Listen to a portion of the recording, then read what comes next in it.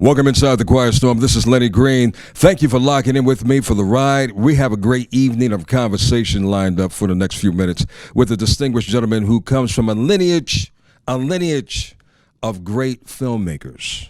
And I'm just talking about one in particular, and that's his dad, Melvin Van Peebles. This brother, we've seen him in New Jack City. We've seen him play Malcolm X and Ali. We've seen him in Posse. Maybe you guys know about the Netflix joint that came out last year that he wrote and produced and directed. Hey, we have him here, and he is talking about the brand new film that opens up this Friday called Armed. It is a pleasure and an honor to welcome this brother that I've been looking at on film like you have for many, many years.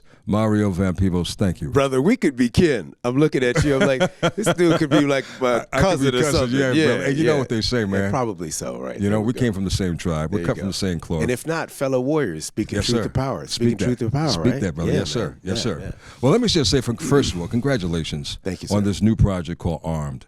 It's a really, really intense movie. I have yet to see everything in its totality like everyone else, but I'm on edge because the trailer alone will get you on the edge of what is happening. So please tell us what your character, who's known as Chief in this upcoming production of Armed, is facing with, is dealing with, and what the heck is going on? Right, yes. Well, what I do is this, man. I go off and make some movies for the studios. I make my little paper, make my money.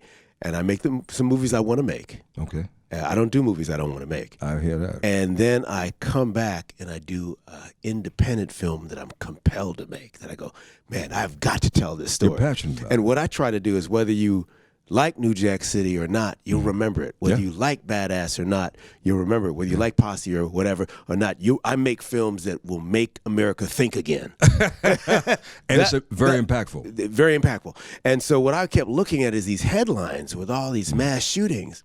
And I thought, wouldn't it be interesting to do a movie based in some of these crazy realities that we're seeing every day and make a film about a brother who's got some issues he's dealing with. But the NRA says nothing stops a bad guy with a gun like a good guy with a gun. Well, I play a good guy with many guns. Right. He's on the no-fly list. He's got a skewed sense of reality. Former U.S. Marshal. And this brother comes up against some stuff, and he is not playing. So it's got a lot of action. It's a thriller. It's a mind bender. Let me tell you, when you see Armed, for the first 2 acts, you're going to go, what's going on? Right. And then finally, when the hammer drops, you go, oh, wow. And I can't tell you what that is. Well, you know what? I can't wait to find out what the hammer is going to drop on. Man. But you like, in a lot of your flicks, you like your audience to do one important thing, and that is to think. Correct. And this, I don't know, when did you start writing it and putting this film on together? You know, it was just cumulative. I kept seeing stories in the paper. So there was that one brother, Chris Donner, that got into a big shootout up in Big Bear. So I said, I want my movie to end up in the mountains of Big Bear. Right. And then I saw other headlines that I liked, and I started reading articles. And I said, I just want to, so it started coming to me in little bits, and I just started putting it together. And, you wake up at 3 a.m. and go, oh, I got it. I know what I want to do now. Wow. And let me turn this phone off, man. They trying to reach me, man, and I'll turn this off. Okay. And so it came to me in bits, and then I put it together, and I know this about film. If you take McDonald's money, you can't make Super Size Me. If you take the studio money, you're beholden to that big studio vision. So I said, I'm going to do this old-fashioned way like my daddy did with Sweetback. Put the funding together with my family, with my friends. My two-slap son came to me, Dad. He said, Daddy, I got some money here. You can take my paper. That's what's up, man. So he came to me. There's always one son that's a two-slapper, But he's solid. He said, I know we're going to make money with this, Daddy. This is a winner. So he invested in it. And we made Armed, and we pulled everyone in it. And once people knew we were making a movie that does touch on gun control or gun issues, not even gun control, because my character, we have people on both sides of the argument. Really? Okay. I didn't want to go one-sided, and also with a little bit of mental illness, and it's a crazy, sexy flick. People came out from, Bill Fichtner, who's you first saw him in Heat, probably. To Van Jones from CNN, to Roland Martin, to Dionne Warwick, to my dad, to DC Young Fly is in it. Earthquake is in it. Paul Rodriguez is in it. Ryan Guzman from The Boy Next Door is in it. Columbus So you Short. got Columbus Short. You got an all-star lineup, man. Man, we got all-star. Laz Alonso. Alonso. He's in it. Yeah, man. We got a nice cast, man. And then I can understand why, because it's a great flick. It really is a good flick, and I like thought-provoking flicks. And I like to be entertained. I don't want to be preached or teached. I want wanna be to entertained. watch something that entertains me. Give me some edutainment. Right, Make but- America think again, but make it fun. No, But don't you hit me you with gotta no make hammers, America man. think, I no want to question. So what I like to do is I hand that audience that nice glass of Merlot that turns out to be a Molotov cocktail. So by the time you drink that, you're watching Arm Man. People are watching this flick. And by the way, to find out where it's playing, because it's going to be everywhere on Friday, is you just go on armedmovie.com. Armedmovie.com. Movie. And you can follow me. I'm on All social media? Oh, I'm on. I got my game tight now. I'm getting it. Hey, well, Instagram, Mario Van Peebles. I'm verified. You follow me and you'll see what Mario Van Peebles on Instagram. So I'm learning. Well, you got I got my kids. millennial kids trying you to got kids, man. Yeah, they keep me. They got to keep you in the loop, Man. And you looking young as anything, brother. I don't know what it is. You know what I think it is? I think one, there's some truth to the black don't crack. Yes, it is. Two, if you live and you're doing what you want, you're gonna age like it. Wow. You know. Speaking of age like it, did I also see in this trailer your dad? You did. Wow. That's my dad. My dad said, my dad is 86 now. God bless He him. said, son, I still run fast. I know that's It's right, just man. that things go by slower. Man, how was it like? And let's just reflect on your dad for a moment. You have a phenomenal father who did some innovative and pioneering things when he came out with Sweetback back in the day. And obviously that's where your cloth is cut from. You know, what he has taught you, and you're carrying the lineage. But what was it like growing up with your dad? Because he seemed to be cool dad. This is just my perspective. Right. Cool dad, but stern. Yeah. Well, we were multilingual. Okay. So we had a father-son dialogue. Okay. Which was cool. And we had a work dialogue, which was yes sir, no sir. Really? And I have the same with my kids. They got to have work ethic. You will not have a last name Van Peebles and come late or leave early. You're going to work harder, longer, stronger, and cheaper than anybody else. I'm not going to hire you. Man, that's the disadvantage when something's wrong. But the other thing is the perspective was so cool was that I saw him fighting for things bigger than self, or the understanding that if whatever you do to one of us, you're kind of doing to all of us. That injustice anywhere is an affront to justice everywhere. Yeah. That you have to understand that. So when I saw him as a kid, I didn't always understand the war, but I got a hint of the battle. And later on, I said, "Wow, you mean so?" I kind of need to do armed independently and not be scared to fail. You know what I mean? So if you say, "Well, dude, what's important to me?" There's a line in life. And on one side is doing the things you want. And on the other side is owning and having the things you want. Now, the trick about owning stuff is eventually it owns you. You can't take it with you. So we're Van Peebles family. We're in the do column. We travel. We go to Africa. We'll spend money on education, you know. But the rest, you got to go to school, and the rest you can do. But we also take risks. So we'll put our own money into things. We put our money where our mouth is, and we're not afraid to stand up for what we believe in. And I saw him doing that, and that's very liberating, because you say, "Man, I love this brother." And he will put it all on the line for what he believes in and make it happen. There's a strength in that. I just turned down a movie the other day. People called me to make a whole lot of money doing a movie with black folks in it, and it said nothing positive about us. And I said, no, I don't blame you. Not going to do it. I don't blame you at all. Not going to do it. I'd rather make my own. If you don't stand for something, and that's my dad. Now my mother's same way. My mother's thing is being good to not only people but to the planet. You know, she's fond of saying, hey, think of Dr. King says, we either all learn to live together as brothers and sisters. That means white, black, gay, straight, as brothers and sisters, or we perish together as fools. And I add to that, and my mom would add to that, we learn to live together in harmony as brothers and sisters, also with nature now. How about that? Well, that's perish together as fools. And so we got a lot on our plate. Too, though. That's been alienated. Nature's been alienated. That's why we're in the problem that we're in right now. Man, when you get disconnected from me. And we just got to remember the wisdom of the ancestors, man. Indigenous people knew we had respect for nature. Yes. We've got to remember that. and link up with the technology. But remember the wisdom of We're gonna have to what Grandma remove- said with that baking soda. You don't need that aluminum under your arms. Use that bake. You know, Grandma had the recipes, right? Put that, you know, that right. lovely coconut oil on your That's right, beautiful man. skin, Oh, man. man, it will That's what you radiate need. and grow Hey, and don't be put anything nourished. on your body you can't eat. Not So at that's all. my mom talking. My dad is get it done and don't whine. My dad will say there's three kind of people in the world. He said there's people that watch stuff happen, people that complain about stuff that happens, and people that make stuff happen. Mario Van Peebles with us tonight. Now, he's also known as Knucklehead, but we don't know you as Knucklehead. Your daddy called you Knucklehead growing up? My dad called me a lot of things. We watched Stanford and Son. He'd be dummy. Oh, man. Oh, But my brother. dad and I would clown. The thing about us is we have a great, as a people too, we love to laugh. That's how, you know, people that live to be over 100 have a couple things in common.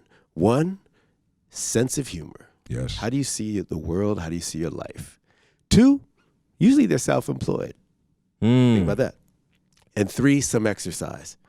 And that's they important. interviewed one old sister. She's 108. They said, man, what's the best thing about being 108? She said, baby, no damn peer pressure. That's true. But we've lived our lives, my dad and myself and my mom, like without peer pressure for a while, where we're doing the things we want to do. And I always say there are three loves in life. Love what you do. Yeah. Love and enjoy the people you do it with.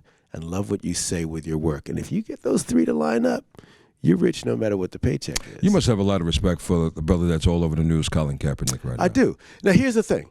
But I would add to that. This country was built on capitalism and democracy. It's cool to make a lot of money and maybe take that knee. Express your constitutional right to vote by doing what you do. Right. But also don't forget to vote at the ballot box. Oh, that's so important. If you think democracy is going to keep going, no, democracy is a car. If you take your foot off the gas, it'll slow down. These midterms, listen, everybody listen to me. Right. You got to get out and vote. Taking a knee is cool, That's right. but that don't mean nothing if you don't vote because you done made someone else's voice count more than you. Get out and vote. What do you Be say to those present. people, though, who don't believe that their vote counts? I would say look at Colonel Marmalade. You get trumped. Yes, If you sir. don't do Yes, politics, sir. politics will do you. Hey, Rarely, listen to me. yeah. The Panthers understood this and got a mayor elected. How about that? Brother Malcolm understood it and said, it will be the bullet or the ballot. You would know. Exactly. They understood it. They understood You it. know what I mean? So I say we are lucky and blessed to be in a country that does have a vote that counts. It's not a true democracy Right. because if it would be, it'd be a one person, one vote. We still have some other stuff going on, but there's enough of us now To make a difference. To make a difference. We made a difference with our president. Didn't we? You know, and did you think that would happen in your lifetime? No. And you know what? Your dad probably didn't even think it. My No, he mom didn't. didn't think it. My dad called me and said, man, I love it now that Obama won. I said, why, Dad? He said, because white folks don't know how to look at me now. They don't know if I'm one of them or one of these. But you know, that was the time, though, Mario, when I saw racism even escalate higher. Well, brother, let's look at our history. Let's not take it out of context. When Jack Johnson became the first heavyweight champ of the world, Speak it. they went out and lynched 18 black folks for being too uppity. So there will always be a pushback. If you win the presidency, what are they going to do? They're going to have to change the game. They're going to say, well, wait a minute. Maybe we can keep you from voting. Maybe we can have voter suppression. Yeah. Maybe we can gerrymander these things so we can make it really hard for you to get your guy elected. Maybe we can confuse you about when to vote or make you think it's hip not to vote. They're trying to take away your right to vote. And if you didn't vote in the primary, you can't vote in the general. Totally. They're trying to come up with Everything. any kind of trickology Yes, sir. to keep us away from the polls. Yes, 'cause right? it's powerful. It's very powerful. That vote is powerful. So I say get out there and make it happen. Make it happen. Well, you're making Vote. it happen, and we get a piece of what you have been in the room thinking about and rethinking about, and that's the brand new movie that comes out this Armed, Friday man. That's right. called Armed. And I that's going to can't make wait. people think when they go to the polls, too. And you know what? It's also, I got to commend you for, obviously, you playing the lead role, but you're dealing with, as a man of color, dealing with a serious issue that we as a community have yet to address openly and honestly, and that's mental illness. Correct. What made and you a want lot to of tap into A lot that? of us, you know, because we live in two Americas, right? A lot of us have deal with mental issues because we're under an inordinate amount of stress that we sometimes don't even articulate. Right. And I wanted to put that on screen. With a brother that you're going to care about, you're going to laugh with. He's a strong brother. He's trying to do the right thing. You're going to be involved with him. But he's a brother that's got some internal battles and some external battles. Because we don't believe in therapy. Yeah, and part of it is because you have to understand, when you go to a dentist, the dentist's going to work on your teeth, but your teeth are the same as the Asian man's teeth, the white man's teeth. Right. Our teeth are basically the same.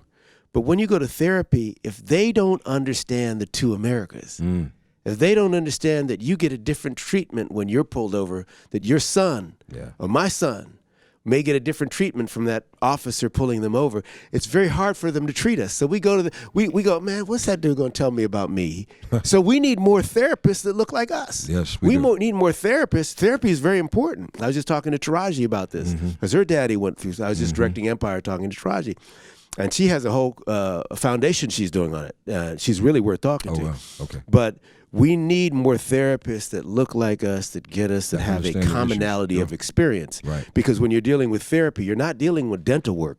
You're not dealing with something that's just a structural issue. No. You're dealing with years and years of racism and Jim Crow and a history of slavery and a history of having to know that, when we're part of a dominant culture, when you go to Africa, it's interesting. When you go to Africa, even Jamaica, you see, like Portier, brother stands tall. Yes. But when you're a majority, you don't feel any need to not stand tall. But when you know if your guy wins and you look too proud, you get in trouble for standing tall, maybe looked at the wrong colored woman the right way, they will kill you for that. Do you know what I'm saying? So once you understand that I can't even sit in Starbucks the same way that my white brother or sister can, do you know what I mean? Right. There's a different kind of treatment. Oh, brother. And you need people that understand that to get in our game. So we have to make sure that we send more of our kids to say, this is a real thing. We need your help. Well, brother, and get in there and do it. I want to just commend you. Yeah, it makes a total sense. Yeah. And I want to commend you for just seeing that and needing that information to get out. Right. Because your work has always been embraced with open arms by a huge audience, and now an international audience more than ever. But we need to hear it, and we need to see the stories. More than just hear them, we need visualization. Right. And I think this Friday, when everyone looks at this movie called Arm, we'll get a different perspective and a different insight of what we need to also pay very, very close attention to if we haven't started already. Yes, man, and that's why I make these films. So I love you for doing that, man. I love you for doing that. Ever since he impacted us in '91 with New Jack City, where he played the character as Stone, and then Little J, right, in Posse. Yeah, I played Jesse Lee. Jesse Lee. Yeah, I played Jesse Lee in Posse, man. That was an all-star lineup, too. Dude, was that all? And Woody Strode kicking that off, right? Brother. And you know what, they were trying to divide us, so I said, well, let me have the Hudlin brothers in here. So they interview Woody Strode, and Charles Lane, Big Daddy Kane, Isaac Hayes, Festa. Pam Grier, oh, you had Festa, more, man. my dad. It was like, I went the Posse from the 70s, the Posse from the 90s. I love it, brother. And mix it up. Like, I paint with all the colors. Like, see, even in New Jack City, I'll go get Russell Wong. Yeah. Brother, beautiful Asian brother. Yep. Call up Judd Nelson. Cool Jewish brother, and Ice-T. So I mix it up. I paint with all the colors, man. And I don't want to do on to anybody like we were done on to. I want to show that you can make great movie without marginalizing anybody else. And then I made the prosecutor a woman. That's true. Made her a sister. Who would ever thought? Mix it up. You mixed it up very well, as you're doing in the movie that comes out. Armed, man. You just go on armedmovie.com. You'll see all the information, what theater it's playing in. It'll be on In Demand. It'll be on iTunes. And follow me on Mario Van Peebles on Instagram. I'm easy to get, man. Hit me up and let me know how you like the movie. Well, I'm going to follow you, man. Follow me back. I will. I'll hit you back. Please do. Yeah. I'm definitely going to be locked in. And we're going to open up these drinks, bro. No, we ain't going to touch the drinks right now. It's a little too early for you, Mario. Okay. But hold on. Aside from this movie, you're a brother who can't stay still for so long. Because your mind is just constantly moving. So you finished doing an episode for the upcoming season of Empire. Yeah. What I'll do is I'll go off and direct somebody else's show. I also did Bloodline. So I acted and directed in Bloodline. That was the last season of that. I had a show on Netflix and sci-fi called Superstition, which is hot. That was dope. Yeah. And what am I going to do next? I'm going to direct a new show in Chicago called Proven Innocent. And then I might go do something. Lee Daniels wants me to direct Star in Atlanta. Look at you, so man. I'll do that. So I just finished acting in something here called Blind Spot. So I'll go act in some things, go direct some things, and mix it up. And then I'll go, what do I feel compelled to make next? And I never know what that is. Like truth be told, when I was playing Malcolm X and Ali, because you mentioned that earlier, Ali was the one that came to me and he would say, he'd come on the set, he'd go, Fat Peoples, if you were any smarter, I'd enjoy your company, boy. And then he asked me, he said, listen, if you could do a movie about the world's first black power athlete, could you do it about the world's first black power filmmaker? And he said, that was my dad. That's hot. And so that became the prompt for me to do Badass song, right? Right. So sometimes somebody else will hit you with something. So Ali was the one that kind of made me think about doing Badass. So I don't always know what's going to be next. I was in Chicago directing something, and I got a call to do the remake of Roots, which we did, and we laid it out. I don't know if you saw that, man, but I didn't know. I said, listen, if I bring my Van Peebles thing, it's not going to be about slavery, Right, exactly. We have to understand that that's not in our gene pool. That's not. And he said, no, we got it. We understand that. And I was able to use real research and do that. And so I'm really at a good point, man. Like I said, 3 loves. I'm doing what I love doing, and 3 generations. Yeah, 3 generations, and worked with my kids, man. How sweet is that? And they're turning out to be people I like. You don't know. I hope so. I got a couple friends that kids. And they go through a phase. You go, I don't know if I love you, but I don't know if I like your ass. But they're turning out to be, that second and third generation. You don't want to have some entitled brat ass kids. No, you don't. So something tell me they won't be brats. No, they won't.